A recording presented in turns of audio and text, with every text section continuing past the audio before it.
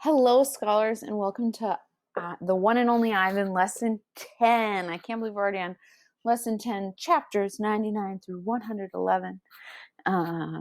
So in the book, Ivan's trying to get Ruby out of the Exit 8 Big Top Mall and into a zoo or somewhere else. So today our quick write is going to be write about something you really believe in or something you feel passionate about. In our packet, in parentheses, it says, this could be a cause, an issue, a religious belief, or anything you believe strongly. So go ahead and find that page in your packet.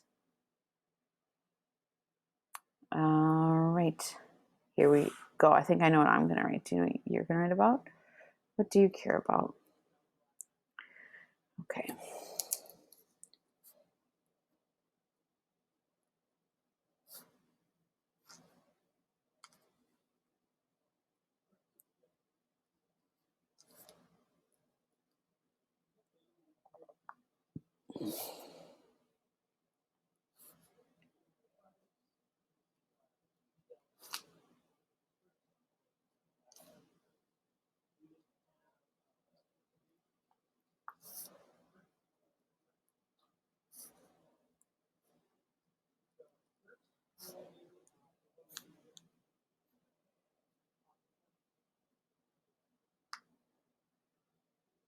Okay, so scholars, I'm not looking for two-word answers here. I'm looking for you to explain what the cause is, explain what the issue is, and maybe why you care about it.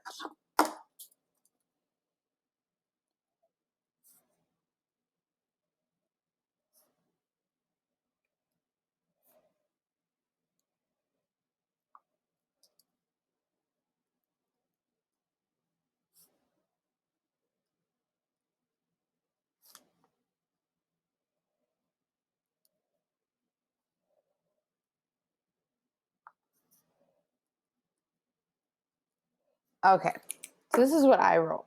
If you need more time, pause your device and then come back. Okay, so here's what I wrote. I believe in equity. Equity is when everyone gets what they need in order to be successful. I care about this because I believe everyone deserves an equal chance. So, an equal chance at success, an equal chance at life. I don't believe that everyone should get the same things. I think that if you need more stuff to be successful, then you should get it. If you don't need as much, then why have it? So, I believe in equity. What do you believe in? I'm very excited to see what you have to say in your writing. So, here is something that you might believe in, or if you're having a hard time thinking of something that you really care about, you can write about this. Do you agree or disagree that we should get rid of Pizza Monday? Explain. So if you couldn't think of anything to write on your free write, go ahead and write about Pizza Monday as if we were back at Nova. And every Monday we would get pizza. Okay. All right. Today we're going to review the words that we learned last week. The first word was spacious. What word? Spacious is an adjective, remember, meaning roomy and big. What's the word? Spacious. The second one we learned last time was temperamental. What word? Temperamental. Temperamental is an adjective that means moody. What's the word? Temperamental. Our next word is dismay. What word? Dismay is a noun meaning distress. What's the word? Dismay. And our last word is towering. What word? Towering is an adjective meaning high or tall. What's the word? Towering. All right, and here are our new words for our reading today. Our first word is assemble. What word? Assemble. Assemble is a verb meaning put together. What's the word? Assemble. Our second word is suspiciously. What's the word? Suspiciously is an adverb meaning with distrust. What's the word? suspiciously. Our next word is scowling. What word? Scowling is a verb meaning frowning and glaring. What's the word? Scowling. And our last new word today is soothed. What's the word? Soothed. Soothed is a verb meaning comforted. What's the word? Soothed. Very good. All right, please join me on page 214. Then we will begin reading. Let's make sure. Page 230 is a good place for me to stop. Yep, looks good. And then you're going to read pages 231 through 237. Okay, here we go. Page 214. Finally, Julia and George take the pictures to the ring where there's room to see them all. An hour passes as they try to assemble my puzzle. Ruby's awake now, and she and Bob and I watch. Ivan, Ruby says, is that a picture of me? Yes, I say proudly. Where am I supposed to be? That's a zoo, Ruby. See the walls of grass and the people looking at you?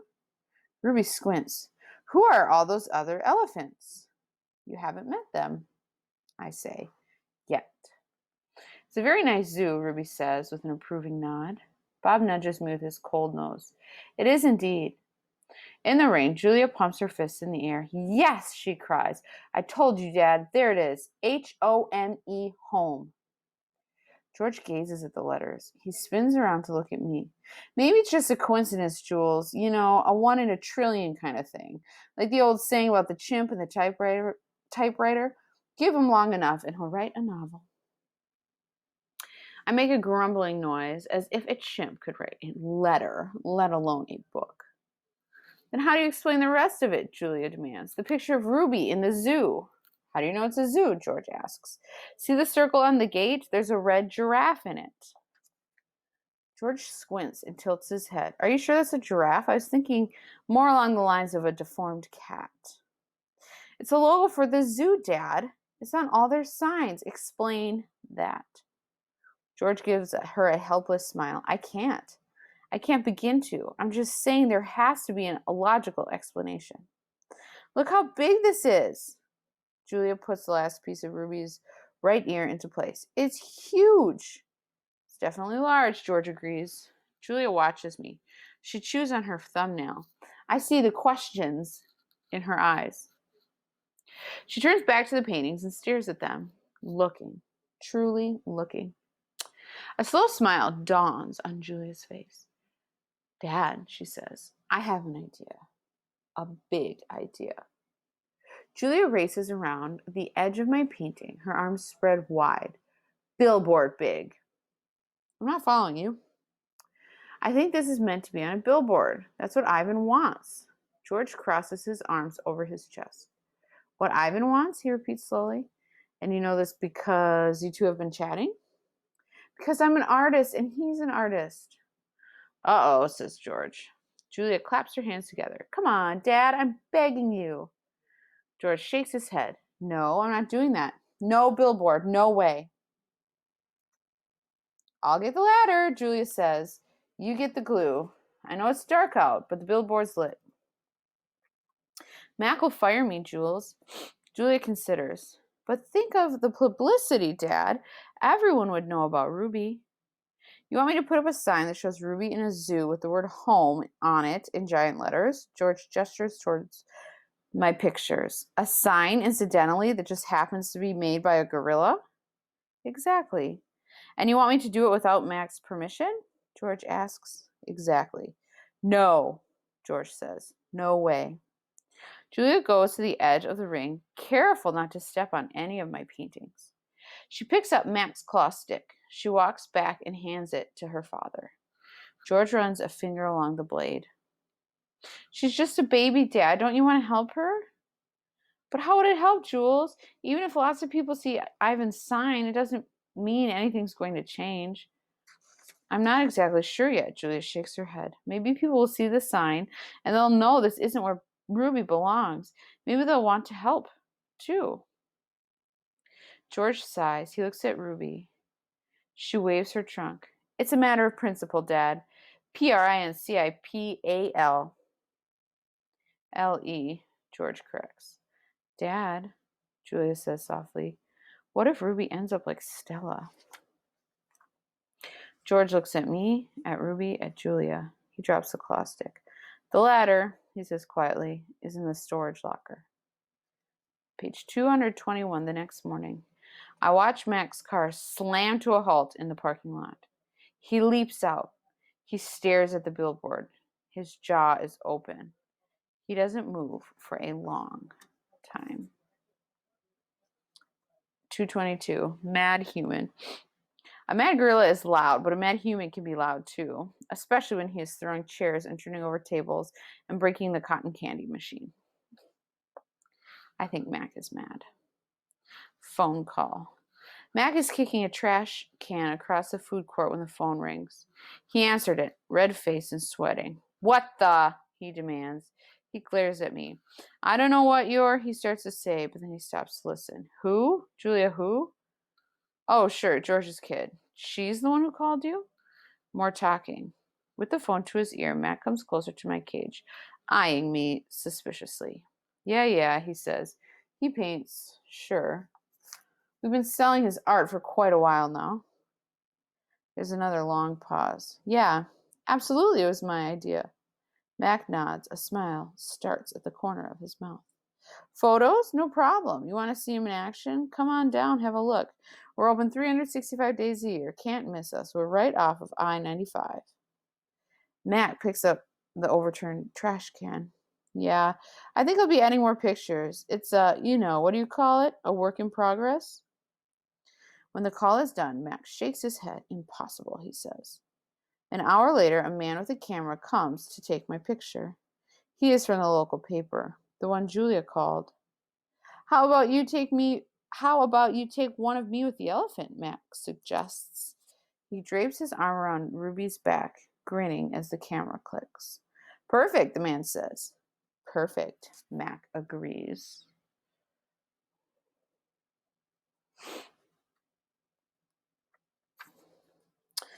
Page 226, a star again. A photo of my billboard is in the newspaper. Mac tapes the story onto my window. Each day, more curious people arrive. They park in front of the billboard. They point and shake their heads. They take photos. Then they come into the mall and buy my paintings. While visitors watch, I dip my hands in fresh buckets of paint. I make pictures for the gift shop and pictures to add to the billboard. Trees with birds, a newborn elephant with glittering black eyes, a squirrel, a bluebird, a worm. I even paint Bob so he can be on the billboard too. I can tell he likes the picture, although he says I didn't quite capture his distinguished nose. Every afternoon, Mac and George add my new pictures to the billboard. People slow their cars while they work. Drivers honk and wave. My gift shop pictures now cost $65 with frame. The Ape Artist. I have a new name. People call me the Ape Artist, the Primate Picasso. I have visitors from morning till night, and so does Ruby. But nothing's changed for her. Every day at 2, 4, and 7, Ruby plods through the sawdust with Snickers on her back. Every night she has bad dreams. Bob, I say, after I've soothed Ruby to sleep with a story, my idea isn't working. Bob opens one eye. Be patient. I'm tired of being patient, I say. Page 229, interview. This evening, a man and woman came to interview Mac and also George and Julia. The man has a large and heavy camera perched on his shoulder. He films me as I make my pictures. He films Ruby in her cage with her foot roped to the bolt on the floor. Mind if I take a look around, he asks. Mac waves a hand. Be my guest. While Mac and the woman talk, the cameraman walks through the mall. He pans his camera right, left, up, and down. When his eyes fall on the claw stick, he trains the camera on the gleaming blade. Then he moves on. That means he focused his camera on the claw stick. And then he moved on. So he noticed it. Page 230, the early news. Mac turns on the TV. We are on the early news at 5 o'clock. Bob says, Don't let it go to my head. There we all are, Mac, Ruby, and me, George and Julia, the billboard, the mall, the ring, and the claw stick. All right, scholars, that's where I'm going to read today. So the first part of your homework is to read pages 231 through 237. And then you're to do pages